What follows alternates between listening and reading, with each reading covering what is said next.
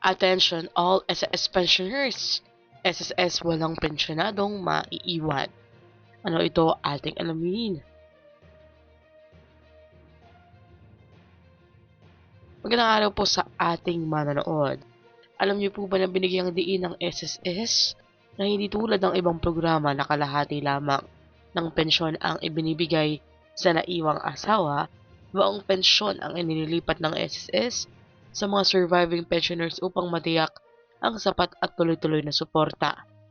Payag ni SSS Senior Communication Analyst Napoleon Rabanal, walang maiiwan sa ating mga pensyonado. Ayon sa SSS, lahat ng kwalipikado bagong August 31, 2026 ay makakatanggap ng pension increase at retroactive benefits kahit pa bagong naisumite lamang ang kanilang aplikasyon. Ipinaalala muling magpapatupad ang Social Security System ng isang 3 taong pension reform program na nagsimula nga noong September 2025 upang mapahusay ang benepisyo ng lahat ng mga retirado at sabay na ma-imodernisa ang sistema ng pagbabayad sa pamamagitan ng bagong My SSS card. Sa ilalim ng programa, makatatanggap ang mga retired at disabled pensioners ng kabuang 33.1% na dagdag pensyon sa loob ng 3 taon na nagsimula na nga na 10% increase noong nakaraang taon at magkakaroon muli ngayong taong 2026.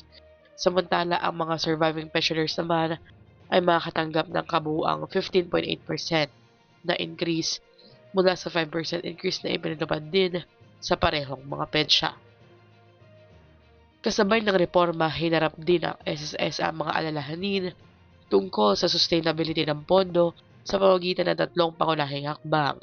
Una, mahigpit na pagpapatupad ng Social Security Law sa pamamagitan ng kampanyang Run After Contribution Evaders laban sa mga hindi ng tamang contribution. Ikalawa, pagpapalawak ng coverage sa pamamagitan ng CalTAS program para sa mga self-employed at mga government workers. At ikatlo, aktibong pamumuhunan sa contribution upang mapalago ang pondo sa pangmatagalan. Tiniyak din ng ahensya na wala munang planong dagdagan ang contribution sa nalalapit na panahon. Gid pa ni Mr. Rabanal, bilang pagtitiyak sa kakayahan ng pondo ng SSS, may laban lagi yan.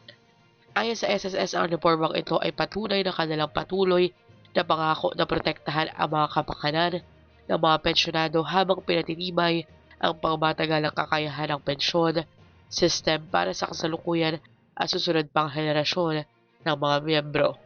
Ano po ay iyong reaksyon dito? I-comment nyo na po sa baba. Hanggang dito na lamang po muna. Ito ang Chas Infos and Updates. I-like, share, and subscribe para kayo ay updated. God bless and have a nice day.